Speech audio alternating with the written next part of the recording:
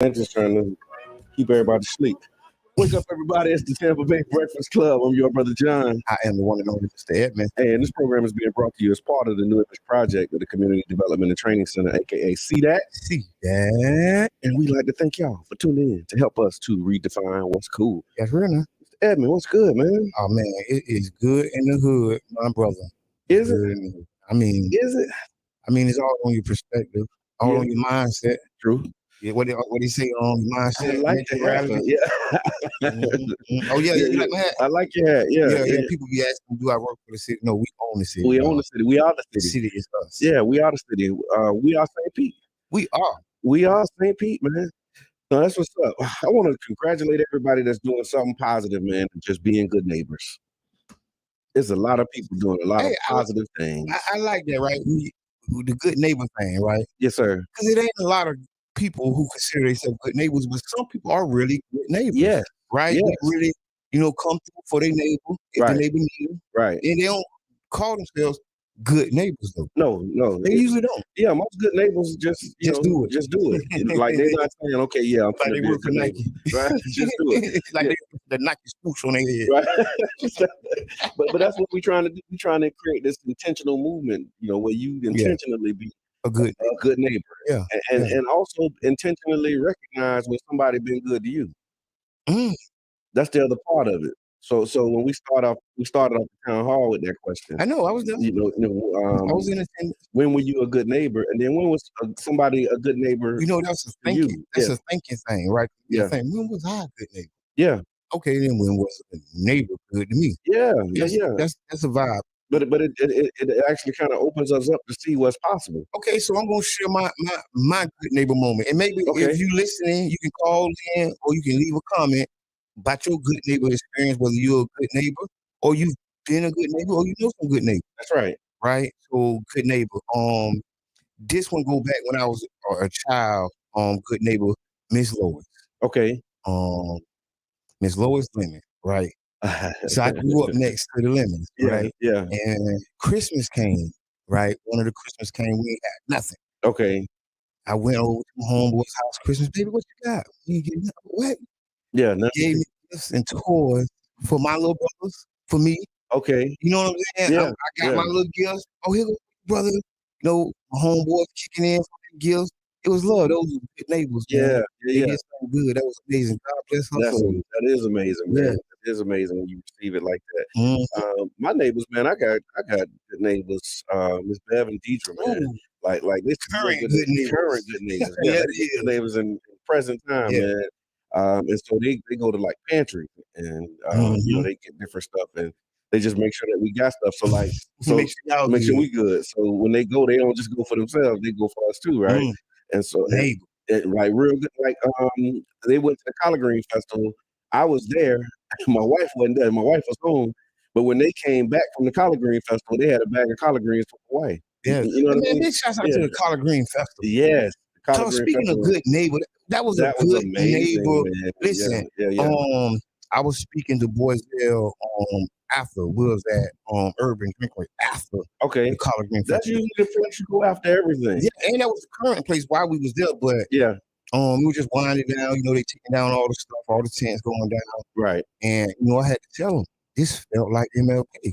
Ooh. It felt like another MLK day. Yeah. You know what I'm saying? Yeah, all the vendors was lined up. You know what I'm saying? And it was getting expanded. to the money. It was expanded. Listen, it was getting to the money. Yeah, it was expanded just to see, knowing that it was on 9th Avenue first, and then now to see this. They turned the corner, so it's on 9th Avenue and around the corner. They literally turned the corner. They literally turned the corner. Real talk. It was probably 50 or more vendors. Yeah. 50 or more. Yeah. I ain't counting. Big shouts out to the Urban League young professionals. I seen Dr. Brittany Peters out there. Yeah. I seen a couple of good vendors out there, man. Sister Naira was there, Rebecca Black Family. Yes, I seen Sister Naira there. Yeah. The League of Women Voters, they was there doing voter registration. In the road, literally. Yeah, voter education and stuff, man. Yeah. So it was a real great event.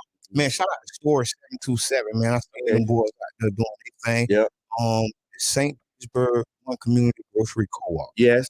Right? Yes. Take a moment to speak about the co-op, man. The co-op, the grocery co-op, their slogan, right, is "We own it." Yeah. Right, and it's the point for us to own a grocery store. So right now it's building, they're just making members. Right. You join, become a member, and then it gets to a point where once we got the membership, you go to the next stage of the co-op process. Where we start doing like feasibility studies and all of those things. Yeah.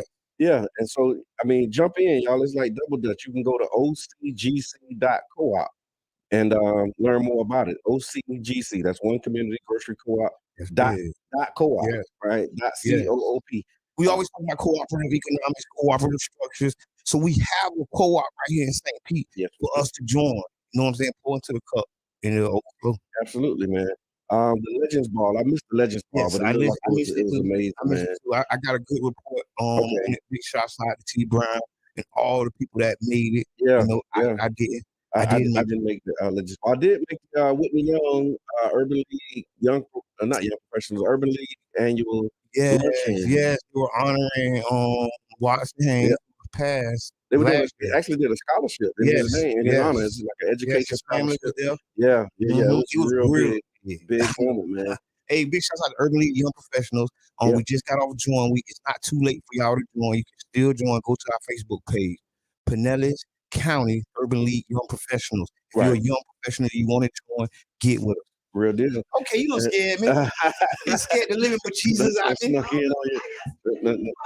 I didn't know you was coming. Good morning. Welcome y'all to the show. We live on the air. Qiana's in the building right now. Scared to Jesus out there. Yeah. One thing, I'm not going to show up. What happened? Color match. So we talking about Black History Month. We talking about all this good stuff, all this excellent things that are happening.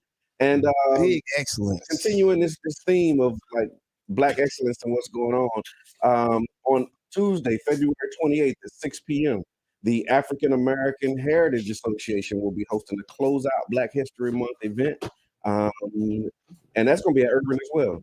So you got the Urban Drinker is like the epicenter for all things Black excellence, y'all. Hey, man, listen, I'm going to go ahead and tell you right now, big shouts out to everybody who's done an event this on Black History Month. I think it's record breaking, right? It is. We've done a lot this year on everything from the Excellence Expo. Well, no, it's now the Summit. The Excellence Summit, the Gala. You know what I'm saying? From your town hall. I mean, all the way to what's coming up now. You know what's coming up. Green Festival. The Collard Green talked about it. Bigger than ever. It was nice. Man, listen, big shots out the Healing Fire on the drums.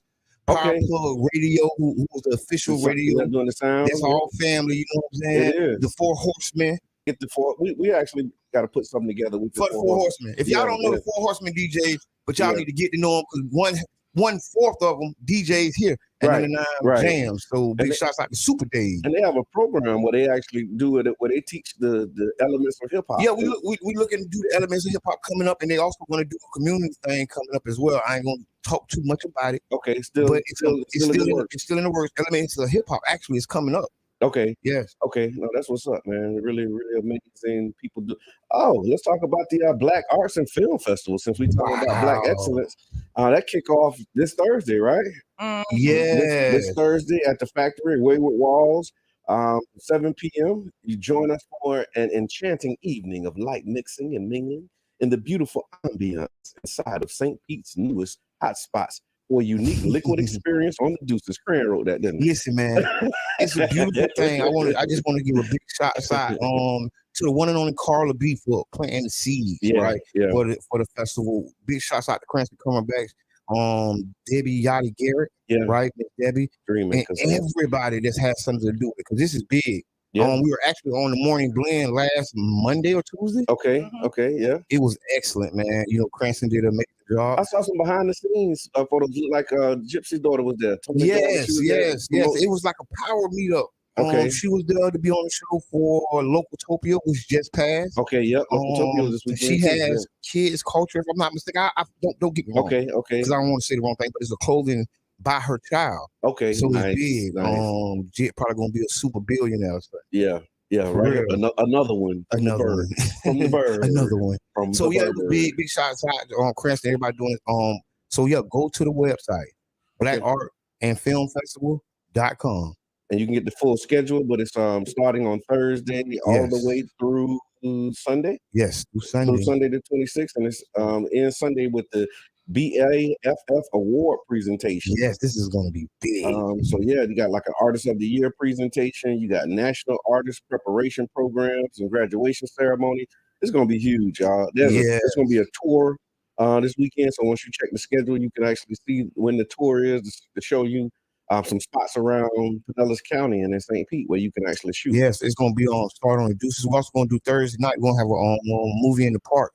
Okay, right there at the same spot of the Collard Green Festival. Okay, the Deuces Corner. Yes, on the corridor, man. We rep hard. Nice. So yeah, that was it. Ribbon cutting for the Deuces Corner Park. That was big, and what's gonna make it bigger is we're gonna invite all the people who came out, come bring your chairs, sit on the lawn, and watch the movie. Okay, it's actually gonna be the first movie in the park at that particular park. So we're doing it big. I love that. For the area, you know what I'm saying? Putting the area on the map. And shouts out to the Deuces Corridor. The Deuces Live, Beatrice, everybody that been working on it. Mr. Brayboy and his wife, right? Big shouts out to Urban Drinkery. You know that's going to be the headquarters for the Black Art Film Festival. I love that. It's going to be something beautiful. Right. And I like how we get all these announcements out the way up front. So when you go back and watch the replay, you can jump right in and get where you need to go. Get where you need to go right away, y'all. We invited Rep Raina to come in the second half of the hour. I don't know if she's gonna make it. It was one of them impasse and like, hey man, it was one of them like as we having the conversation and she's saying what she's saying. I'm like, man, you need to come say that on the radio. Yes. So, speaking of Tallahassee, we need to be in Tallahassee, right? We got some Tallahassee trips coming up. Big shots out. Tell me about that, man. Yes, Florida Rising is going to Tallahassee on the 20. Something this week. 20. No, it's a lot going on. So this week, a couple other groups going early in the month, and then March is when. It's going to be a bus ride. Okay. Up to Tallahassee for 3 days. So you like taking people though, like you. Yes, man. Big shots out. Listen, you got like a bus load. Listen, man, the team is ready to roll. You got a few going. Like we want to go make an impact. We want to go make an impact. If you want to go make an impact, make sure you reach out to me. Write us in Facebook. Just message. Hey, I want to go to Tally with lobbying, talking about housing and the issues that impact you. We're gonna go talk to our elected officials. We're gonna do some press conferences.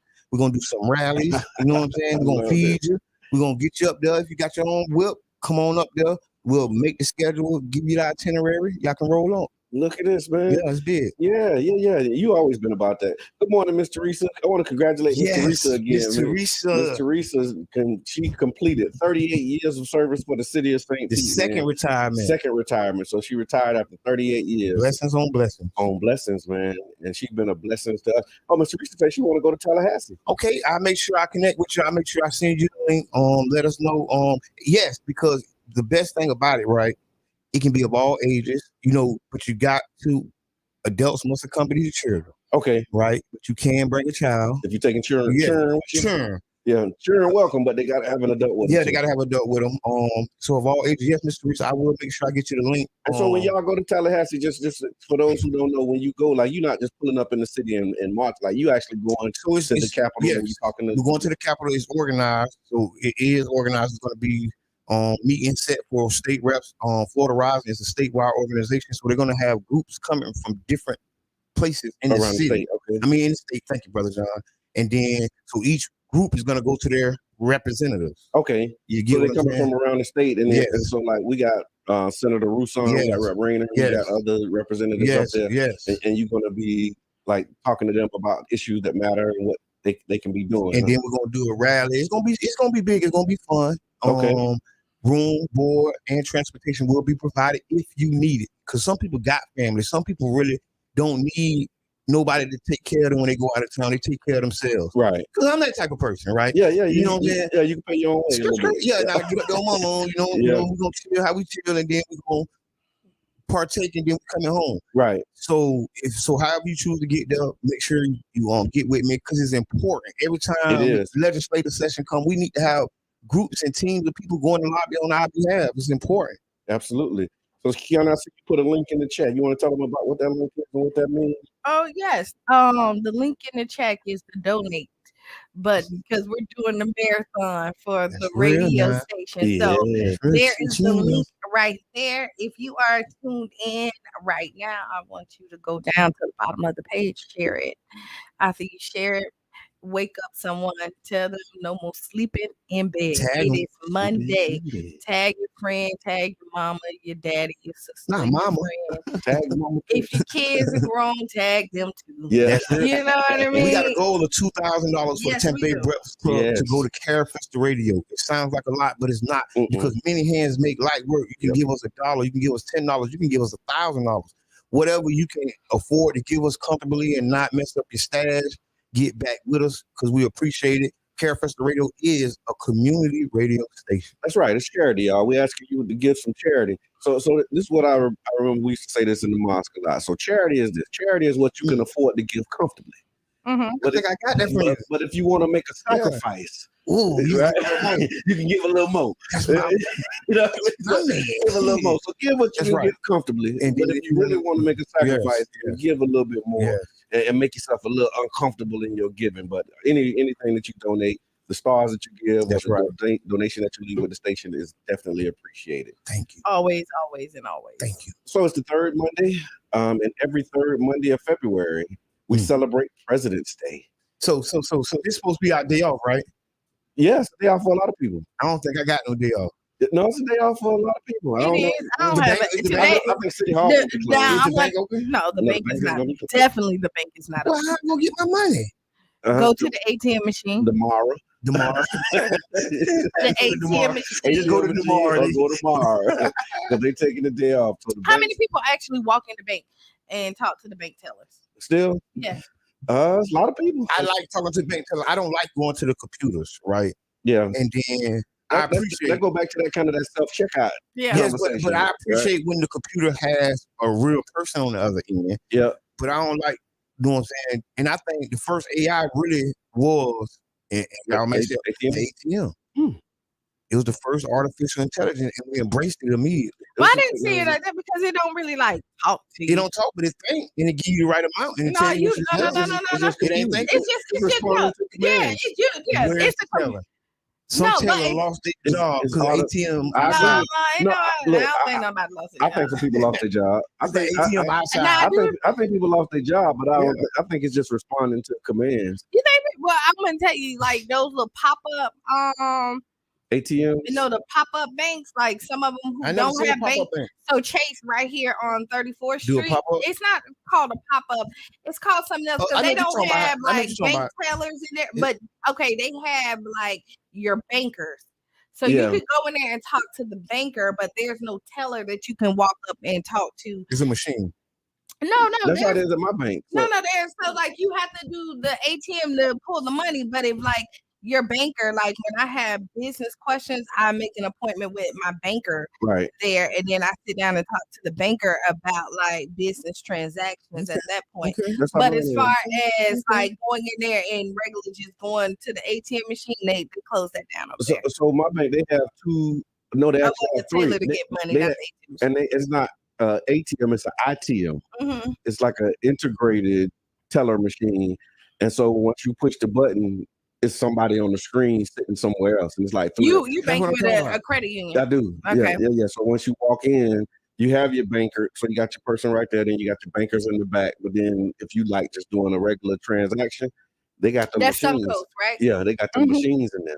You know what I'm saying? So like what you said with a person behind it and all of that stuff. So I will use some when I can't get to Navy Federal. Okay. They got real people in there? Navy Federal have real people. Navy Federal, get at us. We need some sponsorship donation dollars. We talking to the banks out there. Hey, Ozark, who else out there? GTE. Yeah, anybody who Care Festa Radio is a community radio station, and we talking about your bank. Y'all need to send us a check. Bank of America. Yeah. Miss Teresa said, I'm so glad that my son Ryan gave me a smart television so I can watch y'all on the big screen. Hey, that's a vibe. Take a picture of the screen and send it to us. That's a vibe. Take a picture and tag it for her. I want to see that one. Hey, that's a vibe, man. How y'all watching us? Tell us. So, okay, I have a question. Anybody went to the Florida State Fair this year? I did not. Nope. Have you went? No, today's the last day. I haven't been in years. And I think the last time I was going to go for a protest. Oh, yep, I remember.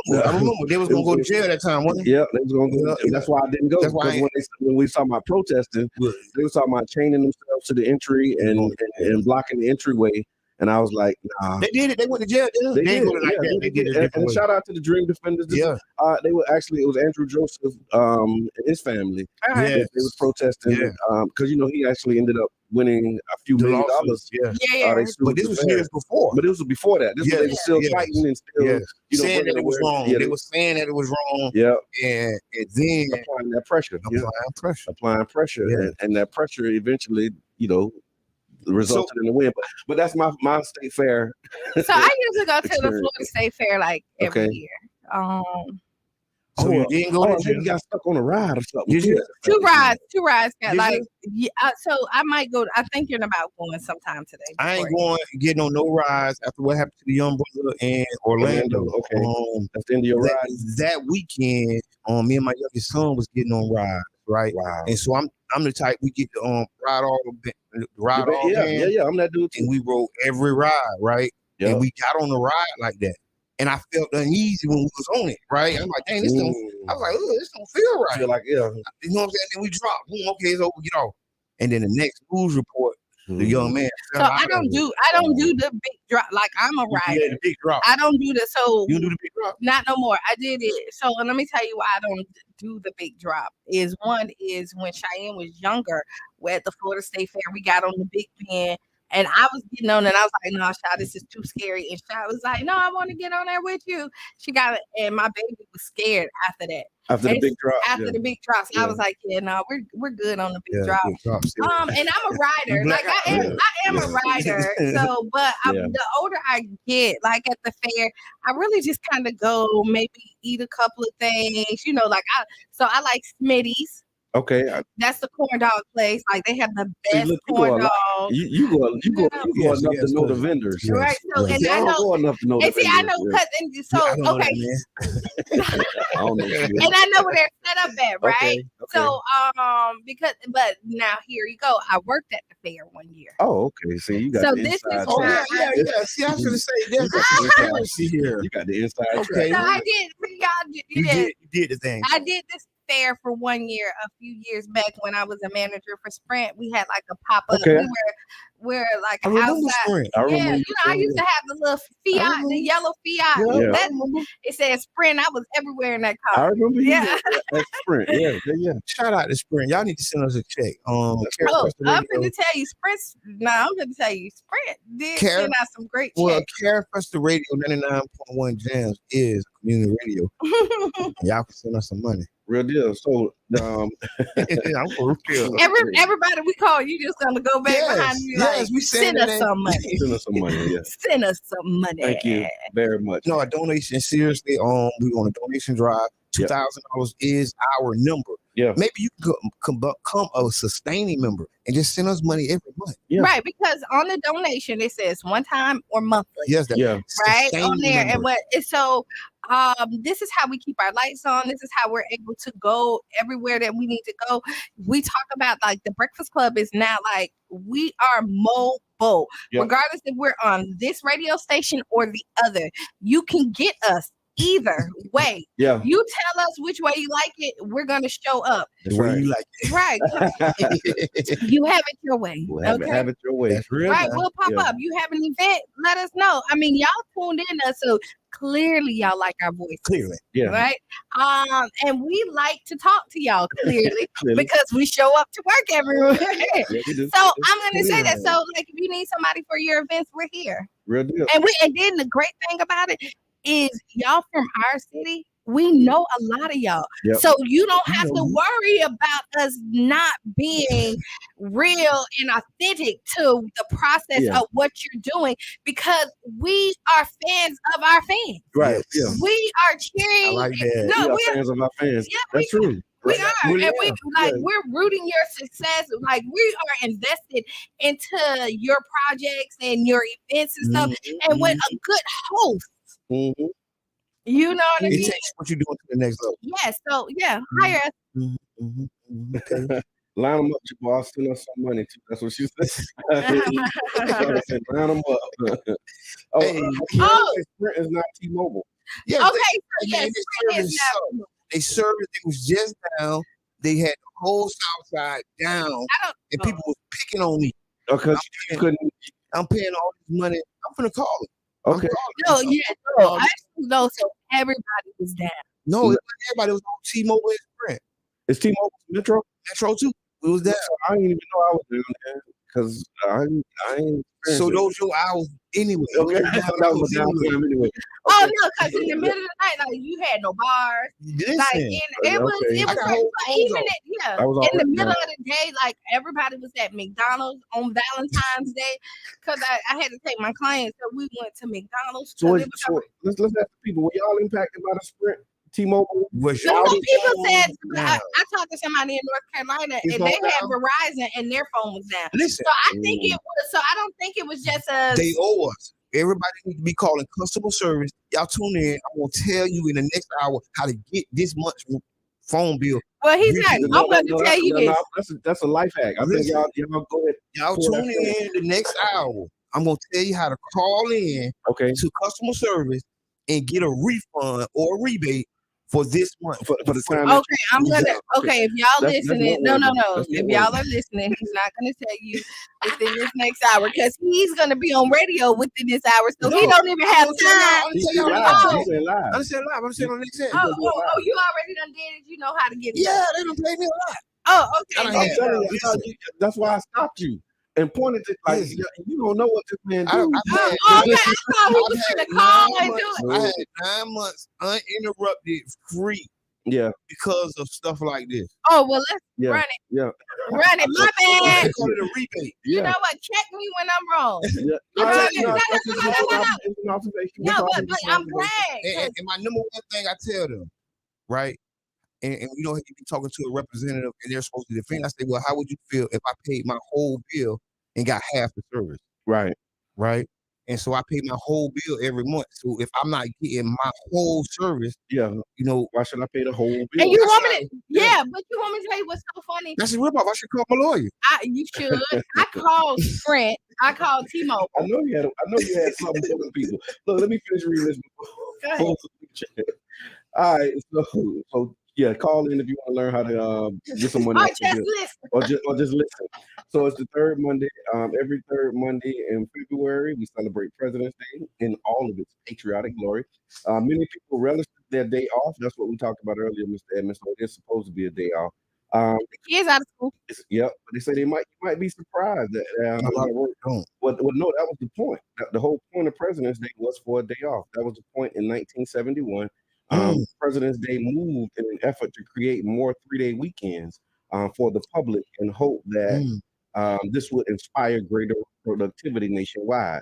It was believed that at this point in the year, the restorative effects of the winter holidays have begun to fade, and people need another break to regain some of that lost stamina. So you know how like during the December holiday, you know, November kind of stuff start winding down. You take that week off for Thanksgiving, then you come right back into it, and you get into like the Christmas holidays. Then we get Kwanzaa, which is that last weekend, and now so they saying like after all of that restorative, you know, energy that you was able to save up in February. Right now, we need another break. Okay, so they created a 3-day weekend in February to be like, okay, we've been going hard since the year started. Yes, January. And so, but we got Martin Luther King Day, so now, but that was before. We didn't have Martin Luther King Day when that was a 3-day weekend. That's a 3-day weekend. Yeah, but President's Day was before MLK. Yeah, it was in 1971. Yeah, MLK was like 90s. We took that day. 80s, late 80s. Late 80s. Yeah, late 80s. Well, I was still.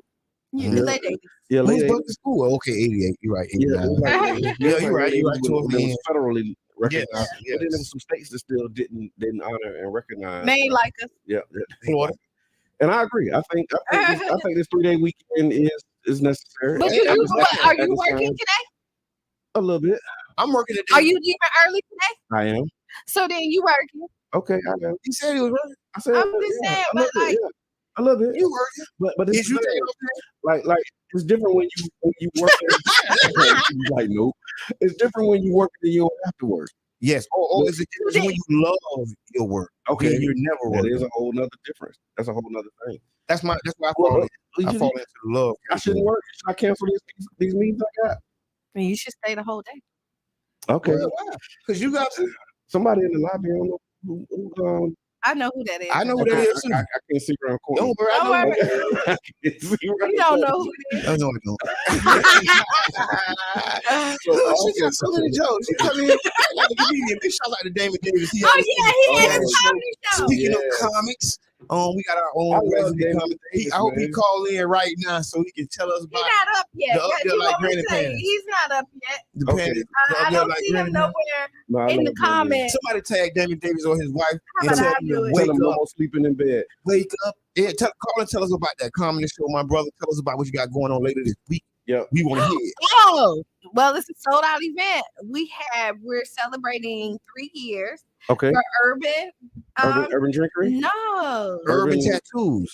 Yeah. Urban Ink. Okay. Urban Ink. Hey man, big shouts out to Brainstorm. Man, I'm kind of upset with Brainstorm. Brainstorm, if you're listening, he was supposed to call me back. Me and my wife was supposed to get some tattoos. Ooh, matching tattoos? Yeah. When you trying to get in? That's how they be doing. I was trying to get in back in October. When do you want to get in? Okay, let's talk about the I don't want everybody to follow me over to Urban Ink. But okay. Help me.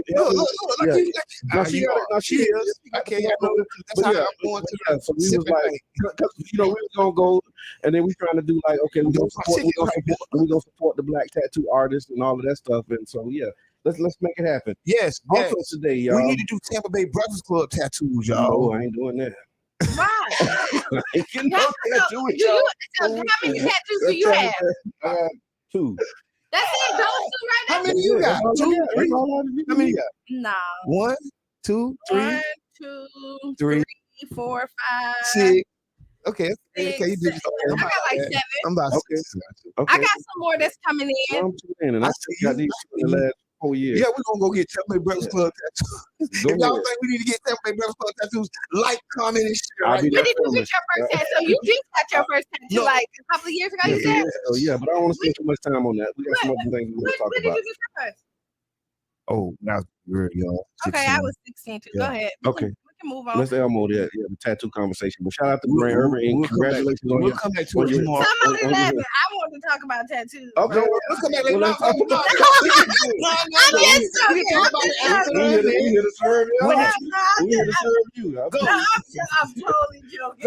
We don't need random topics and be way left for a long time. That's all. I'm just. And she be yeasting it up. Take a whole 30 minutes on tattoos and we'll get another. She right with it. That's why she wore the same shirt. Yeah, y'all do that. We had a memo going out. Brother John didn't get the memo. We got to flip and get her back on this side.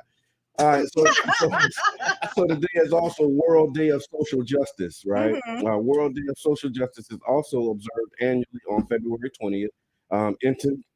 Internationally, the world is plagued with unfortunate issues that prohibit millions of individuals from living a fair life. So many of the world's populations, through no fault of their own, are deprived of basic facilities such as homes, jobs, healthcare, education, nutrition, and more. And it must be the responsibility of the privileged to ensure that we can create a just world where social justice is the norm. If you want to contribute in an extremely meaningful way, you could either enter the law profession. That's what they were saying. Lawyers have been big historically with fighting social justice, and also other ways that you can get involved. But today is World Social Justice Day, and so thank a social justice warrior throughout your travels. Well, thank y'all. I want to thank y'all social justice warriors that sit on Tampa Bay Breakfast Club with me. Y'all true fighters, true I appreciate you, man. Thank you for what you do. Too. Yeah, thank you. I appreciate it. We talked about it earlier. So for those who missed it, Mr. Edmonds actually going up to Tallahassee. We're going to be taking people to Tallahassee. Yes, we're going to Tallahassee. We're going to go and do some lobbying. We're going to do some rallying. We're going to do some press conferences. Big shout out to Florida Rising. Come on, y'all can come. There's room. It's 3 days. Yes, 3 days. And I'm going to put the link in the comments. If you want to join, I also just inbox Tampa Bay Breakfast Club, and I'll send you a link. Real deal. And so this is one of the things that, so we got the District 7 survey out. If you want to take the survey, if you haven't taken the survey, you can go to d7speaks.com. d7speaks.com. And take that survey, y'all, because we're trying to hear from everyone. And yes, 2 of the leading things that's coming up, I want to talk about the second one. So 2 things that's coming up big in the survey as priorities for people. Housing is one, and then the second one is jobs, wages, and cost of living. And so I was reading this article that says that universal They've raised their minimum wage. So Universal, I guess in Orlando, they have a $17 minimum. Okay, Universal Yeah, Studios. $17 minimum hourly rate is the starting wages at the theme park when it's going to be taking effect this summer. Other people have been raising their wages, with the minimum wage increase. But here's the thing that I've been hearing from people in certain industries is that they're hiring, but they're having difficulty finding people. So they have the jobs available, but they're having difficulty finding people to work the jobs. And so, again, I'm looking at these survey results and I'm talking to employers. And they're saying, okay, well, we got like 2% unemployment, which is like one of the lowest ever.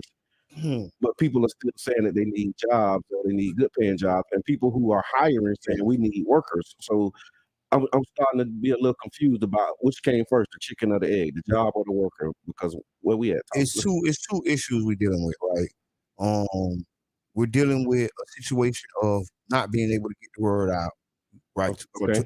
So the resources or the jobs don't always have a direct connect to the people that they want to hire. So they usually hire people or whatever way they do it. So that's one reason, right? Okay. But then the second reason is a lot of these jobs are asking for ridiculous qualifications. Okay. Right. Unrealistic expectations on the employees. Right. So there are people applying, but they're being turned down. Right. I heard that. I heard that part of it. Because a lot of employers are looking for these super employees, right? With these super abilities, right? So like it was some local jobs around here, and I was looking at them, and what they were asking for, right? It limits the amount of people that ever qualify for the job, right? So, and I'm looking at it like, well, they're serving our community, they're serving us, but it's probably less than 5% of us in this community that could successfully apply for that job. Okay, go ahead, caller. Introduce yourself. Hey man, it's your brother Reno Moore in the building, man. What is King Reno? What's good? What's good? Talk to me. Talk about jobs in the economy. So jobs in the economy, big shout out to my brother, your brother. His name is Sean Rochester. Okay. And Sean Rochester put together a body of work, and he calls it the Black Tax. Okay. Right. And so unbeknownst to a lot of Americans, there's a tax on Black people, and he compiled a very good book to explain it all. So in the Black Tax, he tells you that a Black person who has the degrees, the Black person who has no criminal record, he still does not get the same job opportunity that a white person with a criminal record gets. And so what's happening is a lot of us are being put out of work because the people who are deciding us in employment don't like us like that. And they tax us this way. The Black doctor makes $6 million less than his white counterparts. There's a huge tax on us, and when we don't put this into the mathematical equation, sometimes we just go on pointing fingers and saying, "Hey, man, people don't even want these kind of jobs anymore, man." We're not looking at a monster behind the wall that doesn't employ us like it used to. Got it. It's looking to employ the Mexican and the illegal workers, and they're doing it. Got it. Okay. Peace and light. Thank you for your contribution. So, yeah, because I did hear the thing about the qualifications. I think I might have referred to Black Tax to Reno. So I think I'm not sure. But you read it. But I read it. I read it. So you was a part of that book club. We got an unofficial book club. We got an unofficial. Because people tell us books and we'll buy. Dr. Brittany came in here and suggested a book. And I know you checked it out? Yeah, I did. See, we got an unofficial book, but we might make it official coming up on this new year in April. No, and so let's do it. The Tampa Bay Breakfast Club book club. Oh, we can just Tampa Bay Breakfast just ride with the barbershop book club. But no, in the this book ain't of the month. Not but this ain't for sure. Okay. Children and adults. Nonetheless, so when we talk about so it's qualified people is one of the things that we're hearing. So that means because we're looking at how can we solve the issues. She hired expert. She hired hundreds of people. So this is what I'm hearing. Y'all have to. So you hired more than me. Let me just recap real quick. What I'm hearing is this. I'm hearing that so we don't have the qualified people, and then what Reno's saying is we have qualified people that's just not being hired. And that's what I was gonna say too. So you do have qualified people. Racism is like excluding people who are qualified. and then you have this other group of people who are qualified or not qualified at all. So here's the job force in my mind. Like you have people who went and got these degrees, and then they go to these jobs, and they say you get this degree, you're supposed to make so much money, right? You're supposed to be able to take care of your family. But then you look at that when they get these degrees, they go in there and they're requiring a lot of work for entry level, and then they're not paying them unfair wages. It is definitely unfair wages. And when you say $15, $17, you be like, "Oh, that's good," but really, that's no money. Not even when you're looking at here for adults that's trying to survive and take care of their families, it's really hard to survive off of that. And I'm one of them people, and I will tell you that like I was on the fence with raising the minimum wage. Not that I don't think. Let me tell you why. Let me tell you why. Not because you perked up. Not because I don't think people should make more money, but when I was thinking about it, people, when you're doing minimum wage, I think of like seniors, and I think of children, entry level workers, right? And people then just getting into the workforce, right? And then if they're making so much money at teenagers, what are they going to strive for when they get older? And so I kind of went. That's always been a debate. It always been, but there are people that still have to work entry level jobs, and they should still be able to provide for themselves. Absolutely. And then the other part of this equation they were saying is that you have a segment of the population who are not working like standard 9 to 5 because there's so many gig economies and opportunities. So like you could drive for Uber, you can do Uber Eats, you can do good money. You can make good money doing things that don't require you to be in an office, all day, or be in the field all day. But I want to say this, and this is where we have a problem, right? Because you have good jobs, right, with good or medium pay, but they're asking people to have like 200,000 in degrees. Yeah. Right. And then the degree, 200,000. That's what you pay. All right. So you need what I learned. Yeah. You need like all these degrees, or you need the experience. Okay. Right. And I'm going to tell you the experience, and then your net worth. Why you said so loud? Because I just want people to know, because they don't understand about the power of networking. I'm sorry, but they don't understand the power of I did. Or Reno, because when Reno come in, he don't have a thing. He be like, huh? Yeah, man, you going? But no, it's your network because when you're networking, you get jobs that your degrees cannot. Okay. You know what I mean? Nepotism is real. That's a part of your network. That's a part of network. That's what I'm saying. It's a part of network. And so if I can tell anybody that goes to college, to the young people, you want to get a good degree, but you also want to network with people. That is the biggest part that you want to take while you're there. While you're in college, so is that they can go because you don't know who's gonna hire you for the next job. Yeah. You know what I mean? You don't know who's going to have the next best thing. And if you did it properly while you were in social circles and your network is strong, your next job may be your career. No, I like hired by somebody that you met. Yeah, I like that. And Mr. Edmond mentioned the word nepotism, so I think that's one of them things too that we don't embrace because they told us, it's bad. You know what I mean? But it's like if your cousin work at somewhere and your cousin can get you a job somewhere, why wouldn't you talk to your cousin about having them get the job? Listen, or why wouldn't you hire or help your cousin or help your nephew? Like I think that nepotism should be encouraged. So I subscribe. You know what I mean? You got a subscription? I subscribe because I hire everybody I know. That's what you do. I know that first before.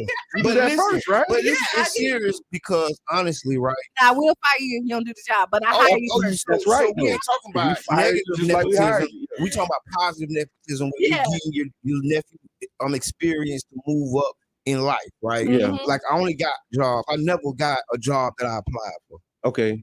Like the jobs I got, the application usually was a formality or a procedure. Yeah. I already had the job. You know what I mean? So my network has helped me tremendously. Right. Like find a career, find a way in life. So I echo what Qiana just said about the network. Yeah. Tap in tap in. You know, your uncle work here, your cousin work here, or maybe just a homeboy or a friend. Go work hard for them because they're your friend, but also because they gave you opportunity. No, that's right. I want to take Mr. Teresa's comment, and then we're gonna go to break. So it says, Mr. Teresa says, sadly, when people are paid $15, it puts them over the income levels for many safety net programs like food stamps, services from legal aid agencies, etc. And in these economic times, $15 an hour is not even enough to pay for housing costs plus food and basic needs. So it's a catch-22. You know what I say? Trash. It's a catch-22. That's trash. Hey, we got a couple more comments, but we'll talk about get them when we come back. Okay, what you got? Well, I think we got a couple. Yeah, we got like. Okay, we got UB Rhymes. UB says unemployment rate is higher, but they are not letting people apply for unemployment. Wow. Who else? It's all kinds of games. Then we got Qiana, yeah. This is true. Networking. She agrees. Them agreeing with networking. Okay, got it. Now, that's what's up, y'all. So listen, we're gonna take a break. It's the top of the hour. We're gonna play Democracy Now, so you'll get some headline news. And then after the break, like I said, I don't know if she's gonna respond. That was an impasse and invitation, so hopefully she'll be here. If not, we can carry today. So I want to thank y'all for tuning in to the Tampa Bay Breakfast Club. We'll be right back at about 7 minutes after the hour. All American forces will be withdrawn from South Vietnam. 50 years later, a small group of U.S. veterans have returned to live there permanently. We'll be finding out why. No place like Nam. Saturday at 12 GMT.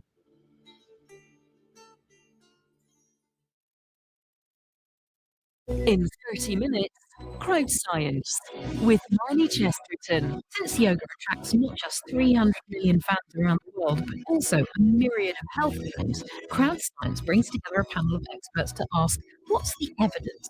How does science go about the difficult business of isolating any benefits? This is the BBC World Service, the world's radio station.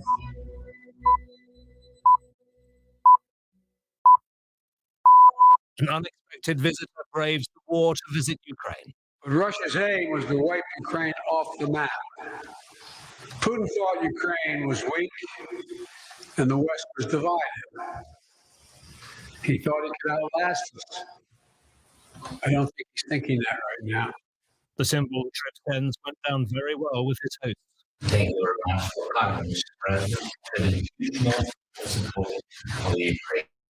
Hello, I'm Gabe Ortiz, and this is WEDU Arts Plus. Based out of St. Pete, the Tampa Bay Breakfast Club is a morning radio show about hip-hop life and urban culture. Meet the hosts who inform and empower their listeners.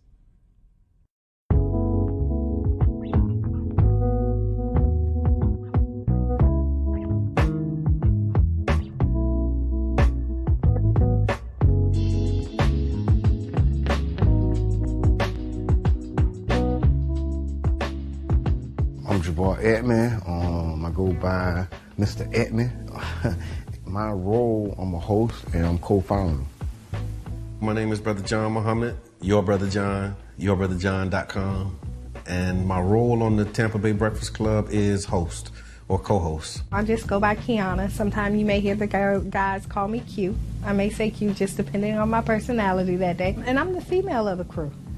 All right? I think I keep balance when you look at the Tampa Bay Breakfast Club. So that's my role. And I'm Bruce Moore Jr. A lot of people do know Bruce Moore Jr., obviously being born and raised here and going to school here, but there's many more people that know Reno.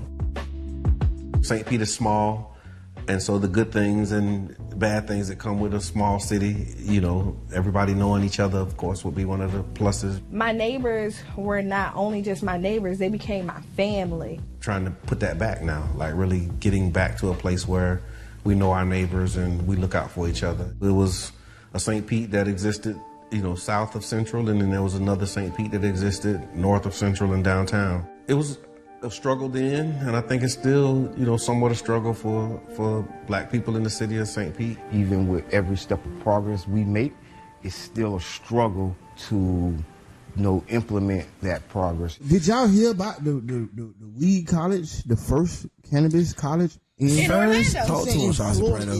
No, yeah, I've been looking at it. This is serious, y'all. Over a year ago. If you got the charges, go and get the degrees, King. You got years of experience, man. It ain't like you come into a classroom with no data. Elon Musk said that a drug dealer knows how to manage and run a business better. I can't believe that. The real facts, man. I'm all about education. But what I'm saying is that we carry this industry on our backs. The way we started the Tampa Bay Breakfast Club, Jabbar approached me about what could we do, how can we do something together, and then an opportunity to promote Amendment 4. Amendment 4 is the, voting rights restoration to returning citizens. We were able to negotiate a deal where we got like 30 minutes on the radio at 99 Jams to talk about, Amendment 4 and other local, policies.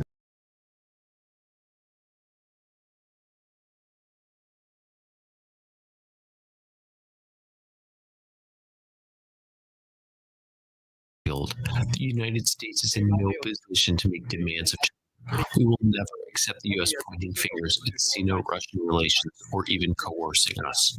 Japan has requested an emergency meeting of the UN Security Council after North Korea test-fired an intercontinental ballistic missile into the sea off Japan's coast Saturday. North Korea fired 2 more long-range missiles earlier today. North Korea said the launches are a warning to the U.S. and South Korea as they prepare for joint military drills. Top diplomats of Japan, South Korea, and the U.S. held emergency meetings on the sidelines of the Munich Security Conference and threatened further isolation of Pyongyang. North Korea will face more severe sanctions by the international community. Pyongyang will gain nothing from its provocations. Turkey says it's wrapping up rescue operations in all 2 provinces 2 weeks after a pair of massive earthquakes and their aftershocks devastated Turkey and neighboring Syria. The death toll now tops 46,000, is expected to keep rising as more bodies are discovered. This weekend, the Ghanaian soccer star Qiana was confirmed as one of the victims. The 31-year-old Atsu played for a Turkish club and previously for teams in Saudi Arabia and Britain. Christian Atsu's body was repatriated to Ghana as tributes poured in, with his former soccer clubs in the UK holding a minute's applause before their weekend games. Meanwhile, a union representing architects and engineers in Turkey condemned the government and local authorities for ignoring their warnings about issues with building construction and their pleas for stronger regulations. In Israel, thousands of protesters have taken to the streets, blocking roads, massing in front of the Knesset in Jerusalem as the far-right government of Benjamin Netanyahu pushes ahead on highly contested legislation that would greatly disempower Israel's judiciary. On Saturday, an estimated 250,000 people took to the streets of Tel Aviv and other cities to protest the plan for the 7th consecutive week. In Syria, at least 15 people were killed and a number of homes were destroyed early Sunday as Israel launched airstrikes on the capital, Damascus. The bombings leveled a 10-story building and left behind a massive crater in a district that's home to senior Syrian government officials. It's believed to be Israel's deadliest attack on Syria since the start of the civil war nearly 12 years ago. Elsewhere, the U.S. Military Central Command, CENTCOM, says it's killed ISIS leader Hamza al-Homsi during an assault in northeastern Syria Thursday.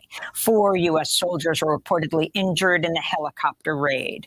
The assault came as Syria's government said 53 people were shot and killed by ISIS fighters after an ambush in Homs province last week. In Bulgaria. Okay. Welcome back. This is Qiana. Hey, this is the one and only Mr. Edman. Hey, man, it's your brother Rico Moore in the building. And this is the Tampa Bay Breakfast Club. And you have tuned in to our second hour. Yes. Welcome. Thank you for joining us. And this is Festa Radio 99 Jams 1 FM new morning show. Yes. Okay. So since we're at the top of the hour, right? All right. I see the viewers are still there. Thank y'all for staying in for our little small break. We appreciate it. So what I'm going to ask you to do is to go down to the bottom, share this, right? Tell somebody to like our page also. So share, comment, tag somebody in, tell them to wake up. Please, it's Monday morning. The early bird gets the worm, right? Yes, we don't eat worms. But if we did, we would be like the bird and get up early. Then once you do, I love it. Well, so once you tag somebody, tell them to wake up, send us some stars. Also, you see that we do have pinned on here because we are running a marathon.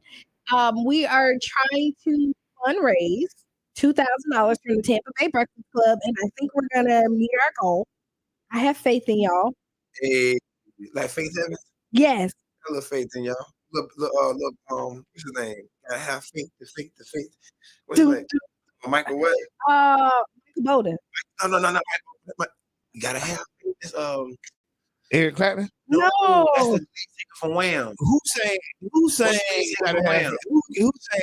y'all, what's the lead singer from Wham? Just put in the brain fart right now. He's singing. Keep going. It ain't Michael Bolden? Keep going. He left Wham, and he was saying, I think it's Michael something, but it's not Michael Bolden though. So Michael we will Bolden, talk about it later. That sound like a soulful brother. What's the point you're making? Okay, so also donate, go in there, click in, donate. Once you donate, you can either do a one-time donate or you can do a monthly donate, right? So please donate. Let's do it. We have a goal of $2,000. I know the last time we people called in. It's George Michael. Oh, George Michael. Michael George, whoever. Oh, so we had it wrong. It's not Prano Shawty. It's Shawty Soprano. So we don't do people like that. Why ain't got a whatever? I hate when grandma do that. People call me Prano all the time. What are you talking about? You call me Prano. That's your name though.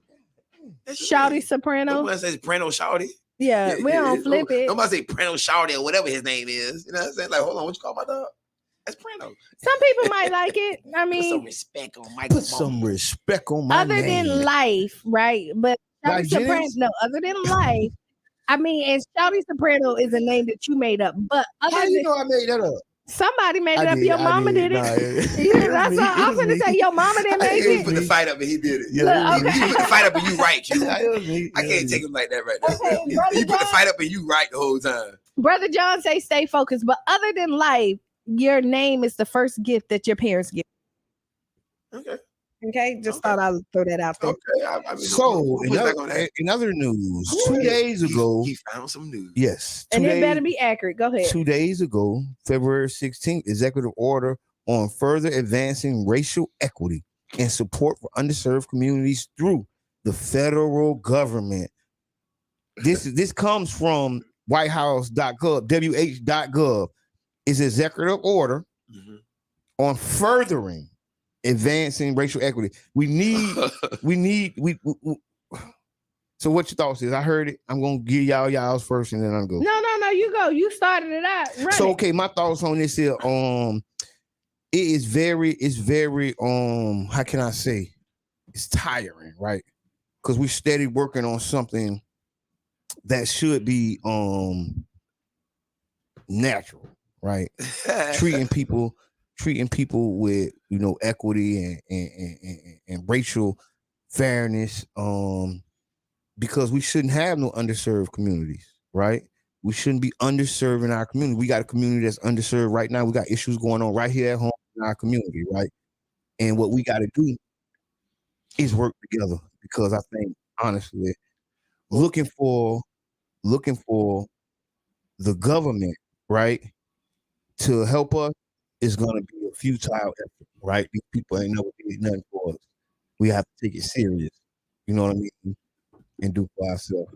It should be natural. That's Go when ahead. they get it. That's when they get achieved, though. You know what I'm saying? Like in order for us to still subscribe to America, and we're gonna achieve a perfect union with other races, like a melting pot. Like in a melting pot, everybody lose their flavor. You know what I'm saying? You want to be like a salad, right? Because a salad, everybody holds their own, and in a melting pot, you almost create people to be colorblind.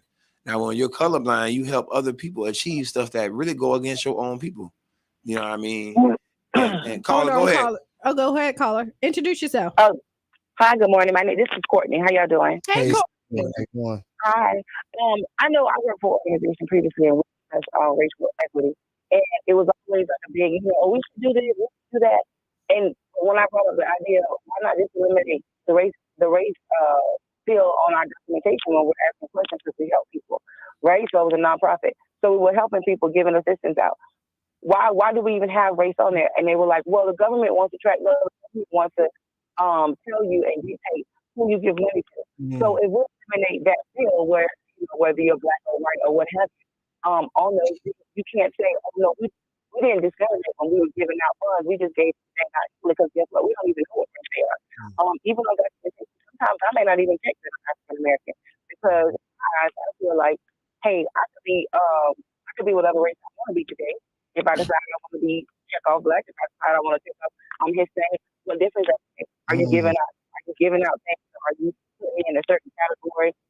Field where you see I'm African American.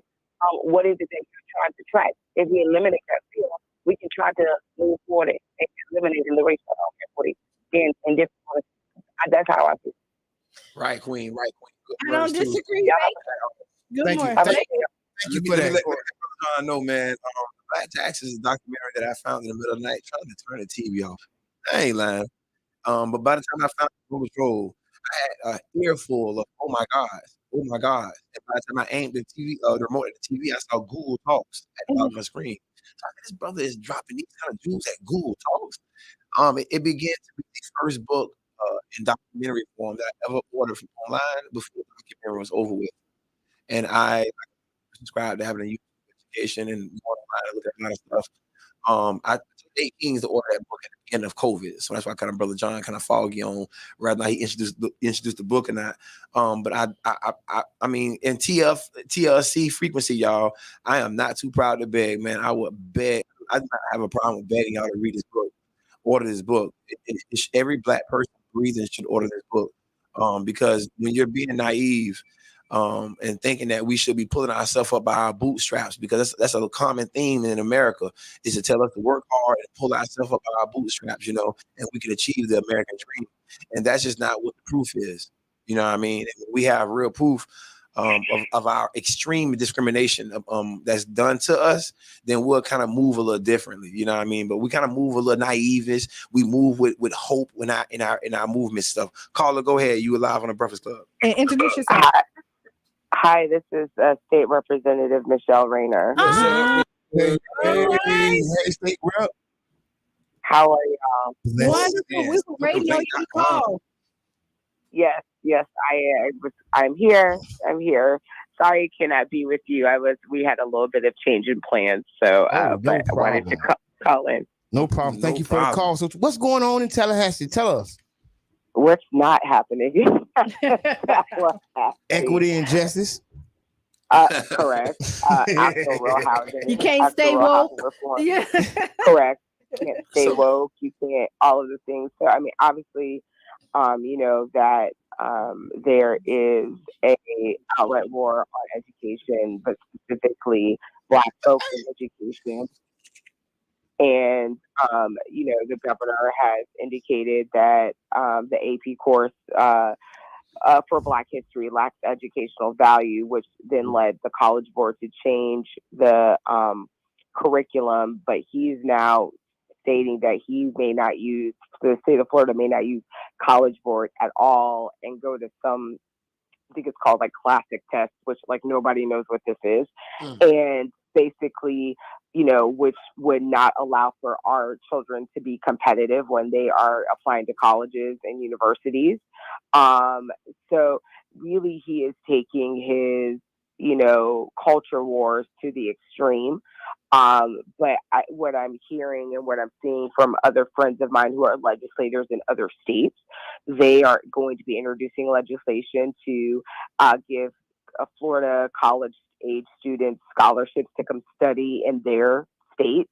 They are also going to be introducing legislation to entice businesses away from Florida. So everything that he is doing at a detriment. But as I've shared with other folks, the only thing he understands is money. He doesn't understand morals. He doesn't understand right and wrong. He understands money. And I think that he's going to have to be hit in the pocket with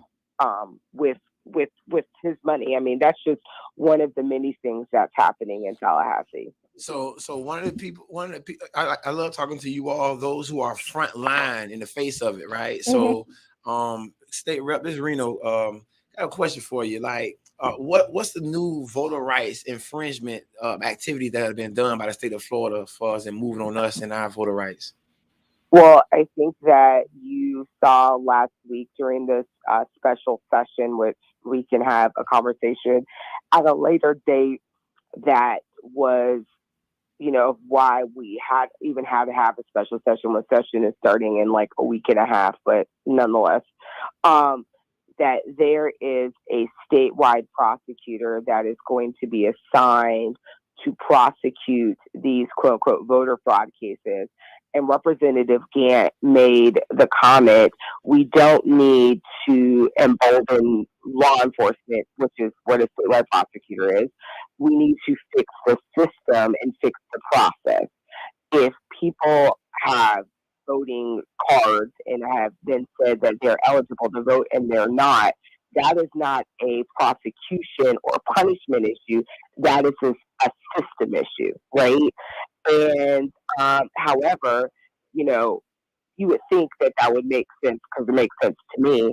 However, there will be an arm of the statewide prosecutor, which is of the AG's office, that will specifically arrest and prosecute folks who allegedly committed voter fraud.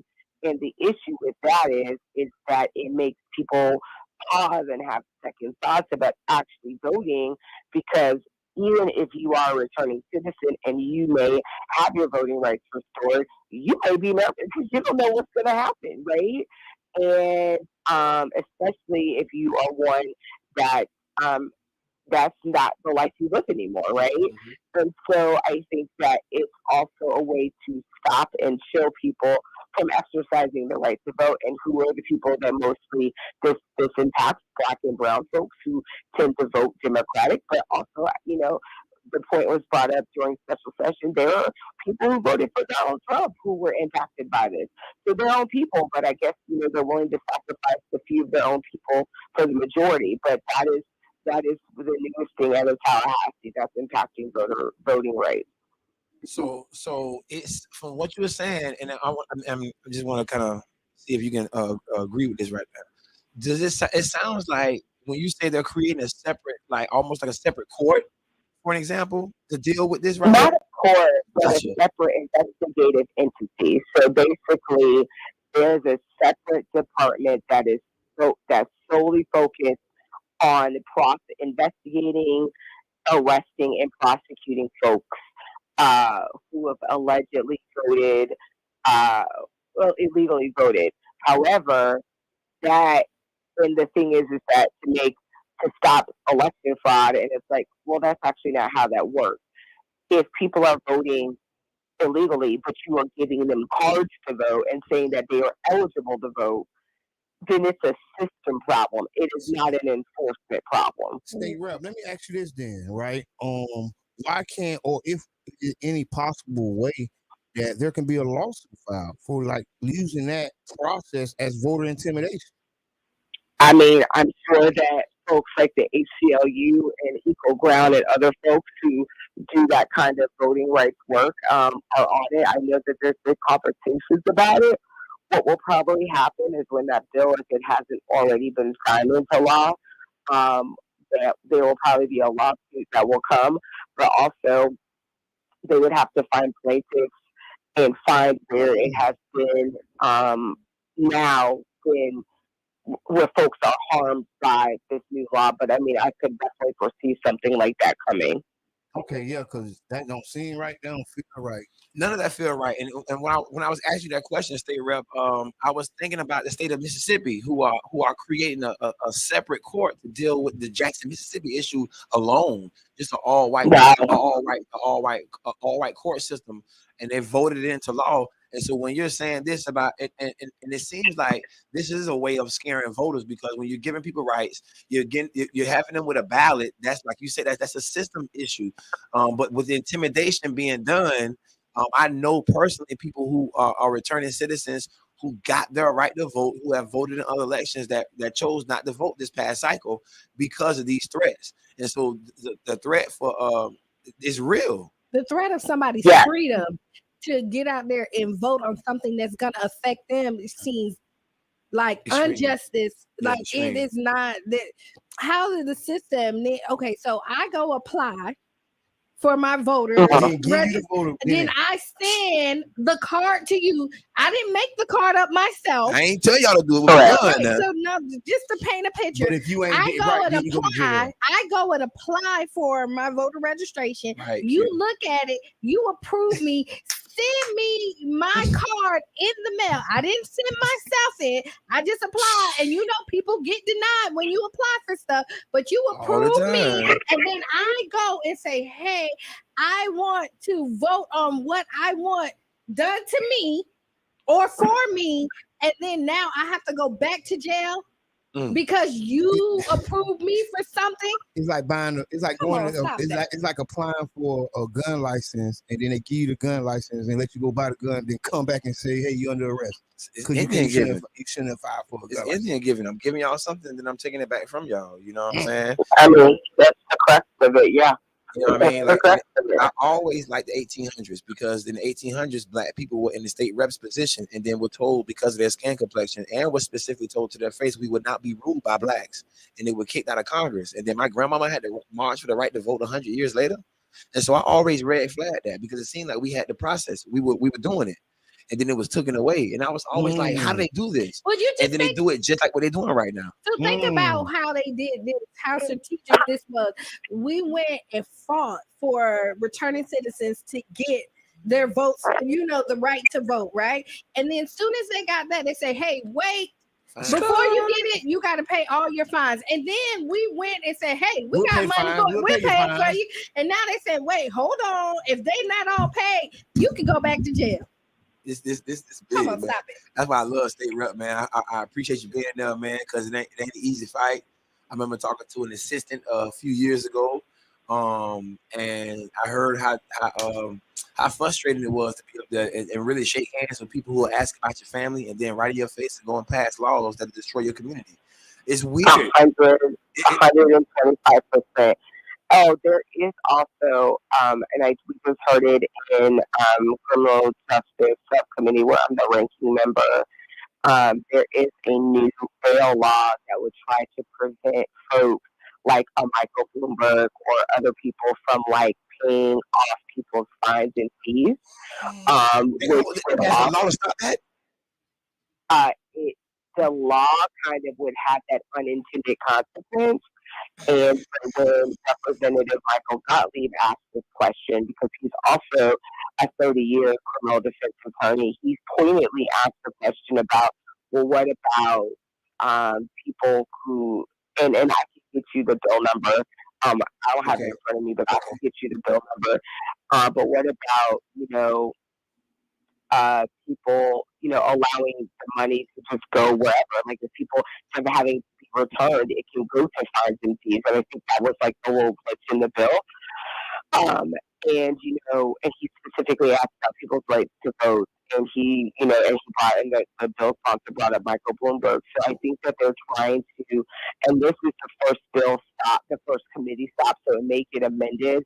But I think that they're trying to figure out a way to stop organizations like FRCC or Michael Bloomberg or other folks who, to the point that was made earlier, like, there are fines that people left over and there's bail money, or I just need to pay it. Cool. I think that they're trying to do that, but I will keep you posted on that bill, and I'll give you the bill number. So now you can't spend your money on what you want to spend your money on. Not when you're helping people. Your philanthropy has a target. So we have a question. What's going on with SB 102, and what's your thoughts about it? That's the housing bill. So I have read it. I'm going to reread it. The thing that I know that Senator Ruslan is carrying that bill in the Senate. The one thing that I cannot go for, and he and I will have a conversation, and I'm hopeful that this will be amended out in the process. I can't ever be behind where state government preempts local government from enacting rent control. I will tell you very clearly, in both sides of the district, whether it's St. Petersburg or Tampa, Hillsborough County, I have voters that feel very strongly about that. I believe the voters and the people have made their voices heard. We just have city councils that are unwilling to do the thing and actually do it. That's right. And put rent control on either on the ballot or enact it. I cannot go for that. That is something that is completely against everything I stand for. So if that remains in the bill, on that alone, I will not be voting for that bill. I love to hear you say I can't go for that. no. So, no can do. So the real problem I think that we have with the housing, is just like you said, there's a lot of city councils that are not putting this issue up for the voters. So big shouts out to I think that was Orange County, Orlando. Orange County, yeah. On the ballot. What's the status of that? What's the update as far as the Orlando? I think that I need to see. I don't know. Okay. I need to ask Representative Escamani. I've been following more of what's happening in St. Pete and in Tampa. Thank you for that. But I need to ask Representative Escamani and ask her, or Representative Harris, and I can get back and give you an answer. But I think for me, it is you're giving cover to developers, you're giving cover to real estate and apartment homes. And my thing is this, like, you can have apartments and you can have development and have rent control. They're not mutually exclusive. They're not. It's just a way to do it. But I will never be comfortable I'm never comfortable preempting local government to begin with, but I will never be comfortable preempting them in this way that is harmful to people, harmful to working people, harmful to my constituents. Like, I might as well tell, I'm going to be like 100% frank. I might as well tell my constituents, if I'm agreeing to this, then y'all don't need to let me. Right, because I'm going to do what I want to do. Thank you so much. Listen, thank you so much, because that's the key, because a lot of these laws hurt the voters. Yeah. People can't afford to live where they at right now. Rent is too darn high all over the state. And thank you for that real strong stance. And we got to convince the rest of our electeds, right, that's getting behind these bills that hurts us, right? They may have 2 or 3 things that may be good for us, but the lion's share of the bill hurts us. We're not for that bill as the people. And we got to call our representatives and say, hey, y'all, we're not for these bills that hurt us. Right. When the majority of the bill is hurting us, like I heard somebody say, if you like 80% of it and it's only 20%, then vote yes on the bill. Because you can work on the 20% later on. You're never going to get a bill that's 100% of what we want. But if 80% is good, vote yes. But see, a lot of these bills be like that. It'll be 80% good, but that 20% is the knife in the back. Right. But here's the thing, that 20% for me, when it comes to preempting local government, listen, we could say, just pass the bill, let it go. We'll preempt local government. We'll talk about it in, 2 places. All of us on this call are very intelligent enough to know, as long as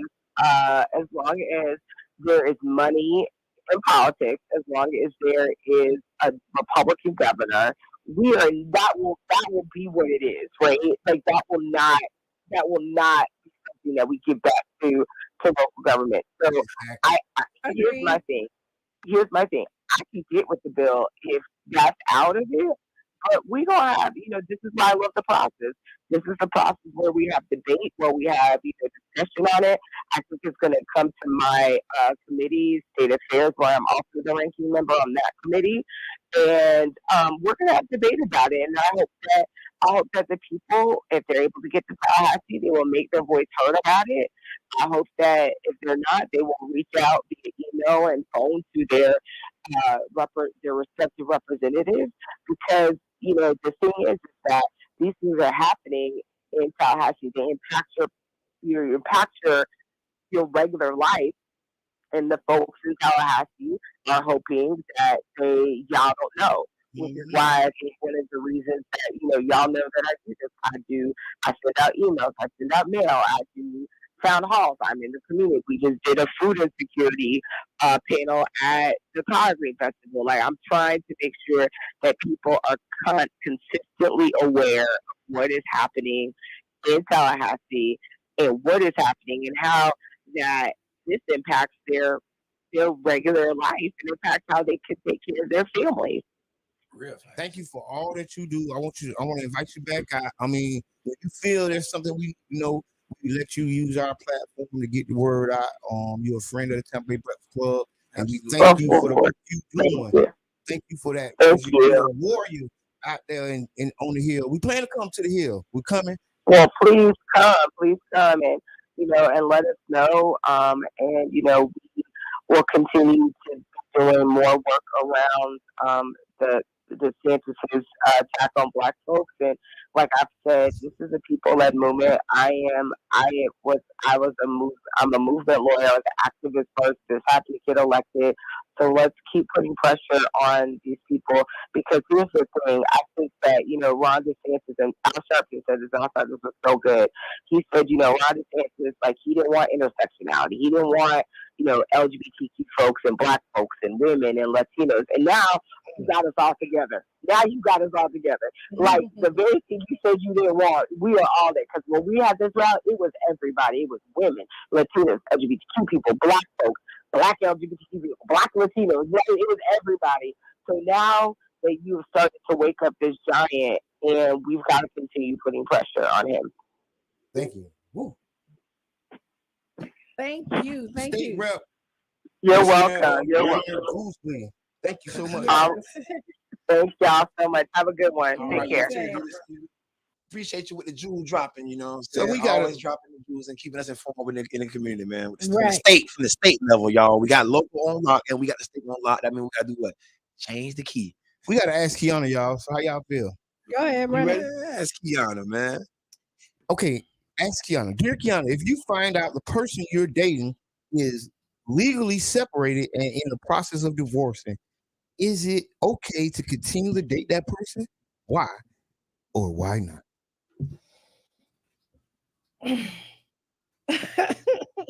Or do you let her go and invite her back next week?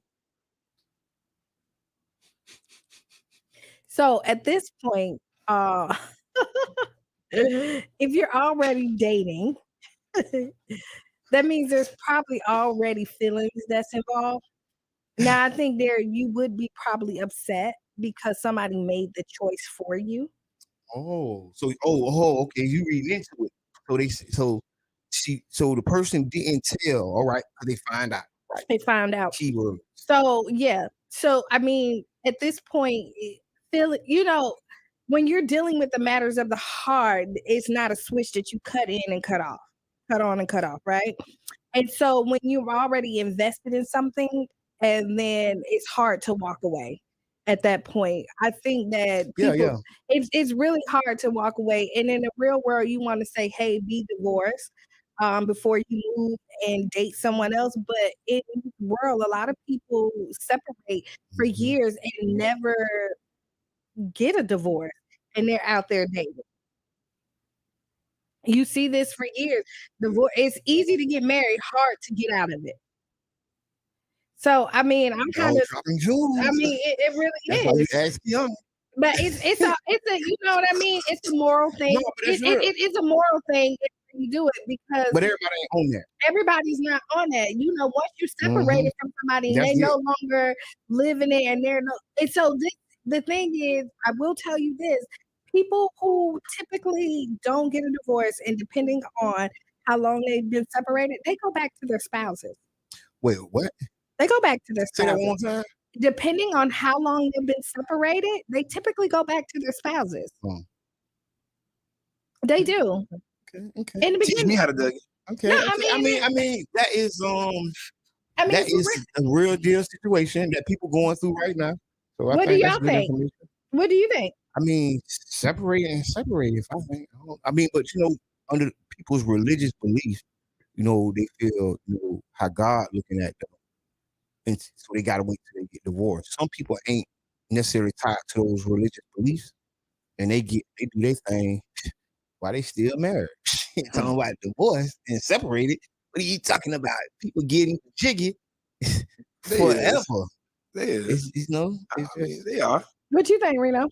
I mean, at the end of the day, man, when you're saying they found out, so it's like they keep it something from you. I mean, but what do they keep it? The thing that they keep it from you is like when I find out that you keeping that from me, it's like, I guess. You know what I mean? Because it's something that you was it's like something you trying to just take care of and try not to make it be anything. Yeah, I hear that. You know what I'm saying? And by you not making it anything, when I find out about it, what is it? So I can say from experience, I've been there. There it is. There it is. Hit it with the real talk. So what happened? Tell me. I want to know. Tell all of us. All the listeners over there, Facebook, Instagram. It's just me, you, and Prano. Facebook, Instagram, all over the FM dial. The bird. No, honestly, I dated someone, and then, so he did not. I knew that he had a child. Right. But I didn't know that him and his child's mother was married. So they separated or they were divorced? They were separated, and then we had been dating for months before I found out. Listen, I want to know. Was he still living with her? Was No, still living in the same home? No, they wasn't living in the same home. Okay, then. So you know that, what? So it did. So I mean, I know they wasn't together. Right over here talking some tell me. You come in the camera now, man. But no, I knew they wasn't together because we spent a lot of time together. Like we definitely was in a real relationship. But I was very hurt when I found out. One, he didn't tell me. Somebody went to his brother's party. I won't tell, like his brother is somebody it was a famous football player. And was like, and was just like, hey, I know your brother, he's dating Qiana. And then you're like, wait, hold on, he married, and then she called me and told me, and then and we had they was dropping salt. I don't know why you messed that up. It was just dropping salt. I'm going to tell you now. This is the thing. No. So this is the thing is so I was really hurt. I didn't leave. Okay. I did. But it hurt the relationship. It did hurt the relationship, and then what happened is, in the scheme of things, like we were doing like all the legal stuff to get the divorce. And you was helping them get divorced? At this point, I mean, you put the gloves on them going in. No, I always tell. This is what I always tell people: when you're dating, like if I'm invested, I'm invested. You get a partner. I'm a partner. I'm not just your girlfriend. I'm not just your lady. I'm definitely your partner. I say this all the time. Swiss Army good man. Tell about a good line, boss. But I will tell you this: it did flip on me because, like, at one point he was like, "I need to go back home." His daughter got sick, and he felt guilty. And then my thing is, how can I tell you not to go back to your wife? That is your wife. This is did y'all see that it's getting kind of heavy. Did you see the afraid of when you say that? Getting kind of heavy. I don't know what to say. I ain't got nothing to do with that. You don't poke me over there. I got a lot to say, right? A lot of things, right? Hey, but sometimes, man, a lot of times, man, I ain't got nothing to do with that. And so, and then but I did tell him this is that, you're going back for the same reason why you got married and it won't work. And he got married because she got pregnant. And then he went back because of the child. She put an Qiana on that church. No, I know she put an Qiana on that church. Hey, he couldn't do that. He just was in his feelings. In the child. And I will say this, but I will tell you this is that I let him go, and then he's divorced now. Of course. And you don't want him back? No. You was right. I was right. I mean, it did, and I mean, time don't exist, you know what I'm saying? So it might have been the time then, but like these gray hairs, all these gray hairs on his. No, but you know what? We did a tango for a little while, but it didn't. I like how you put that tango. Yeah, we did. I like that tango. Me, man. But like, dude, give you life experiences and show you the things that you don't want to do. And okay, read some of the comments then. Oh, we got comments? Yeah, go ahead. Wait, hold on. No, ain't no real comments. Go ahead. Oh no. Listen here, man. I'm in the back room. Man. Oh. Yeah, it's the producer telling us what to do. Okay. And we gotta talk about it over there. You gotta laugh on that. Yeah, now we gotta laugh on. Okay. Hey, but listen, y'all did. Oh, so kids say we went through it too, and I tapped out because he didn't give me the option to choose. Huh? Yeah, she tapped out. Once she found out, she was like, "Yeah," because honestly, and that's where my hurt came from. Like, dang, you didn't trust me enough to make a decision. But then his rebuttal was with me because the first thing I told him is that I don't date like married women. I'm doing the whole spiel. Yeah, but I'm saying like, That's hard. But that's hard to say. If we in divorce court right now, I know technically, you know what I'm saying. Like, but like, you still call it a married man? It's not. So, I'm going to tell you, I still stood beside him. Right? You still took the choice from me because I was already in love with you. You know what I mean? The choice took it from you because he didn't tell you. Right. So that's what. So you do think that me and such and such is in divorce court? You're saying that it's not dealing with me in divorce court is you still dealing with him? And I know technically you're still a married man, but so here we go. Divorce court? No. So here we go. You didn't trust our connection enough. But he didn't know yet. No. You didn't trust our connection. How you know? Again, we're months in. And I had to find out about somebody else. Once you knew that's cold-blooded. No, you know, somebody that's else. Cold-blooded. Found out. That's cold-blooded. You knew. Yeah, found out. Now that's cold-blooded. Hey, I told him to tell you. I ain't know how to tell you. I told him to tell you. But I will tell you, any relationship any relationship that build on a foundation of lies will not stand the test of time. We got a couple more comments, so I'm just going to read through them, y'all, and y'all go ahead. Go. If they want to get legally separated, then they aren't together, right? Right. Then hold on. Legally separated is the key word, right? That's Sandra. And then that's it. Okay, that's it. So, I mean, but you don't have to. This is what I'm saying. If the man don't know how to tell you, what about that? You know, I say everything else. Right. They can't fall for that one because you don't want her to use that on you. No. It ain't as real. I just said, but you want me to tell you our foundation? I'm big on making a solid foundation, and if I don't have all the pieces to them, how can all he had to tell you is that he didn't know how you would take it. You would have took that better. If he came those in, words would have took better. Than if he would have said, "Hey, Qiana, you know, such and such is not just my child's mother, it's my wife, but we're separated and I'm going through a divorce," then we've been a whole other conversation. I you in the court process of going through, I'm like, hey, you ain't able to do this. I understand that we don't make promises all. I'm gonna leave my husband. I'm gonna leave my wife. I understand that, but people in court, that's different. But I'm going to tell you. What if they're not in court? What if it's just tell you why I probably would have stayed is because I knew they wasn't together. I probably would have still stayed because we spent so much time together. You know. Hold on. What if he introduced this to you in the first quarter and you had not spent so much time? Kiss just dropped the real Okay, go ahead. Kiss says, "Who wants a man that can't communicate, especially when it comes to telling his story? Move around." No, I'm not. Move around, man. Quit playing, man. And I'm going to tell you. No, so this is like 20 years ago, right? This is way younger. That's a long time ago. Yeah, but the story is 20 years ago. Yeah, but I'm going to tell you what happened is he eventually went back and forth in between us. Oh, I mean, you know what? Because if they let it happen, I mean, you don't stop looking. They let it happen. But you know what happened is, again, this is why, like, when you look at it is very toxic, and this is why you need to vet properly when you're dating someone, and that you don't hurry up and make commitments. Hold on.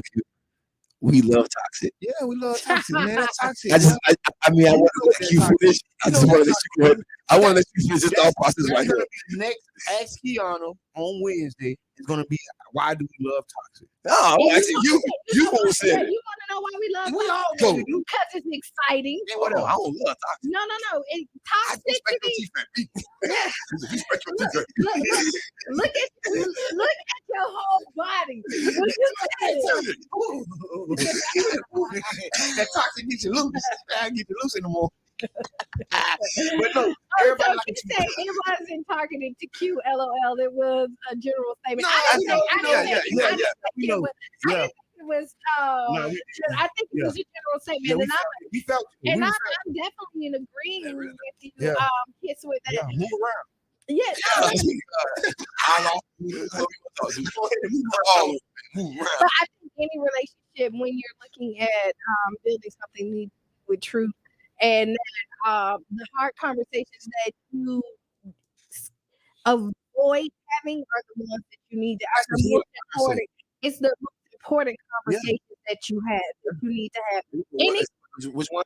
The ones that you avoid having are the most important conversations that you need to have, because those are the ones that affect you the most. What about people gotta have? What if she go to acting like no deal and try to put hands on you when you have a conversation? I mean, you gotta back up off of it and sit your cup down. Like I was saying, man, you gotta back away, man. I mean, because at the end of the day, when somebody want to swing, then you gotta let them swing. You just gotta make sure it's away. Go talk to a professional. Yeah, man. I'm going into the stage. If they swing, then order on Amazon some tape for their hands because they want to be boxing. Okay, whoa, this is a big one, y'all. This is Sandra Davis. The process of someone difficulty isn't easy to communicate to someone he dating, because remember, he just going through a major ordeal / marriage. So legally separated was enough for him to move on and probably discuss the situation after the divorce is finalized. Hey, Sandra, see, that's what I'm talking about. Talk about it. So I see where Chandra. I see where Chandra is coming from with this, right? Sharonda, but I'm disagreeing only because if you're trying to build a foundation with somebody else, how are you going to leave out that process? What I can see if they were already divorced. It's just something. But no, you have me invested into you, right? And the thing is, though, I'm all in on you. We've been vibing for a few minutes, you know what I'm saying? And I'm trying to take care of something that I really don't want to talk about that much, you know what I'm saying? You know about the situation for us. Hold on. Because I didn't know anything about it. We didn't know anything about it. Found out about that's we've been rocking for a minute, and you ain't even know about the person even existing on the planet. I knew, but I just knew that it was just his child's mother. Like, it's just like this. I had a baby from her. It's different than I was married to her. I don't see the difference. No. Okay. No. I mean, here you go. Legally, let's think about this. If something happened to him, I show up at the hospital and be like, yeah. The wife show up at the hospital. Legally, the girlfriend is out. I see why they like listening to this show. Boy, y'all tell me, boy. This is some interesting stuff right here, man. This is stuff that you really I see why they like listening. I'm watching the show right now. And I'm like, wow, this is good conversation. No, it is. It's really something that we deal with. It's real. It's real. Shout out to the Ask Qiana questionnaire. If you have an Ask Qiana question, hey man, you can leave it in the Tampa Bay Breakfast Club inbox anonymously. We don't tell people who gives us. No, we do not. We don't. We start off by saying that Sean Soprano wrote this one. No, we ain't do that. Yeah, but if you want somebody to know, right? He don't write. I just don't say some guilty stuff like that. Because that's not guilty. Nobody said. He never writes one of you. That's not a guilty thing. Why you gonna say that? It's a guilty thing if you actually did it. You don't write Ask You. You don't. I don't. So I can say that. Y'all. You don't. But I will say this: if you really like this Ask Qiana segment, show up and he say, she say. Yes. Every first Friday. The first Friday. So it'd be March 3rd. Yes. Right at Urban Drink from 7 to 11. And you know what? I'm looking for me a co-host. I don't know who the co-host is going to be in March. Who they gonna be? Okay, I don't know. I don't know. Chris Brown. Did y'all see Chris Brown rant about how he got crucified for his toxic relationship? Now folks basically love seeing Blueface get beat up weekly by Blueface girlfriend, right? What's the name? I can't think of her name. I don't know these people, but I read that about Chris Brown. Yeah, this is the girl deadlift 300 pounds. She not. Listen, she deadlift 300 pounds. Oh, no. Listen, and then Blueface tried to do it. He was just shaking like a goddamn. I said, yeah, boy, that boy got on his hands. Oh, Qiana ain't no joke. Like she fight everybody. They might need to go talk to counseling, but they got to make sure getting money. They got to make sure getting money off. When you have a female that put her hands on a man, then she is the direct equivalent of a man who does the same thing. She's the woman, and that's not. No, she's not. So she's not. I just watched Woman King last night because everybody was talking about it. Hey, Qiana is the new Woman King. God, y'all. Like you said, y'all gotta start making your own movies. Y'all gotta realize that these movies ain't it, man. But anywho, like I was saying. So wait, Sharonda say that you're dating. Dating is not in a relationship. Well, I was in a relationship. So I will tell you. I want honesty in dating, though. So let me tell you, I want honesty in dating. But in dating, are you privy to my business? Yes, yes, because dating is you showing me that we want to be a part of one another's lives. One of the things I want from dating is mass communication. That's how you build. I want mass communication. As much as I talk, I promise you, I know how to communicate very well, and I know how to listen just as well. You know what I'm saying? But at what point do you get the business, though? Right. So when you I'm going to tell you. So here you go. And we're gonna have to get out of here in a second because it's almost 9. Look, 20 minutes on Ask Qiana. Yeah, but okay. So here you go with the dating. Once your first date is like kind of, it's surface level, kind of. And to just see if y'all vibe. So you don't get the business. Right. But once we're into multiple dates and we're realizing this is a little bit more consistent, and then now start your process. Right. You need to start. Yes, these are things you when need you an application. No, when that's you it. You put your information on it. I make a Google form. I'm sure but it is communication. And so I'm like, once you decide that like I'm somebody you really want in your life. Then that's me telling the business. Yeah, you need to start telling stuff that affects my life because I'm going to be a part of your life. That's real. Now listen, Ask Qiana is a segment brought to you by the Community Development and Training Center, aka CJ. And if you gotta Ask Qiana, put it in the inbox. Yes. Okay. So we've enjoyed today's episode of the Tampa Bay Breakfast Club. What's your final thought, Pensacola? My final thought. Oh, you were you might do that every time. Just chill. Okay, go ahead. I say Mr. Edmonds trying to fight. Okay, nobody say that. Okay. Hey, I don't mind it being rough on my head, shining bright like a diamond, baby. Because Tony Soprano never shows up. He's always Mr. Edmonds. Listen, I told him yesterday. Shawty Soprano was coming out the edges, right? But I kept it in, right? Mr. Edmond is like I'm like that substitute teacher that used to come in. Yeah. But see, you flip back and forth. Reno show up, then Pensacola. So I don't know which one I'm talking about. Go ahead. No, that's right. He can do all this on the IQ. You know what I'm saying? Hey, man, for the listeners out there, man, do me a favor. Holla at one of your favorite aunties this week. You know what I'm saying? If you got an auntie out there still breathing, holla at one of your favorite aunties. You know what I'm saying? My auntie Bit Ma used to be one, rest her spirit, who took us to see Rambo Colors. You know what I'm saying? She took us to see the movie. You know what I mean? But if you got an auntie that did that same thing for you in childhood, man, holla at her this week. She might need a grocery store run or something. You know what I'm saying? Let's stay family orientated and let's stay on top of what thing? Our family. I love it. I talk to my aunties every day. Listen, my auntie Betty was the one taking us to go see those inappropriate movies. Okay. It shots out my auntie Betty, man. I mean, aunties, that's like when your aunties and your uncles really meant something. Man, they mama and sisters, man. Nowadays, the aunties and uncles, they be almost like third cousins. Oh, that's your uncle. Go speak to your uncle. I don't know that your uncle. That's it. Well, you know what? I'm so glad that I know my aunties. Right. You know. Right. I will say, but you know what? I'm going to take that because I don't talk to my aunties on my dad's side. See, that's the third cousin. That's the third cousin. I know, no. I know who they are. But you're still a third cousin. You know your third cousin is. Oh, they're your cousin. Ain't my cousin. You almost don't claim them right in the life. I'm going to take your challenge. I'm going to go and call you. I'm going to call my auntie Diane. I take the challenge too. I'll call a couple of my aunties or reach out on Facebook. Big shots out to my aunties. They be looking at. I gotta love them. Yeah, I do too. I really do. Love me. I love them too. We really do got good families. Okay, so I'm a real auntie. Hey, yeah. Look, So here you go. Final thoughts.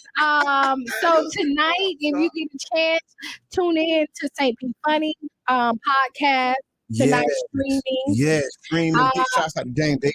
Doing big things, not only comedy, but also podcast shows. Love it.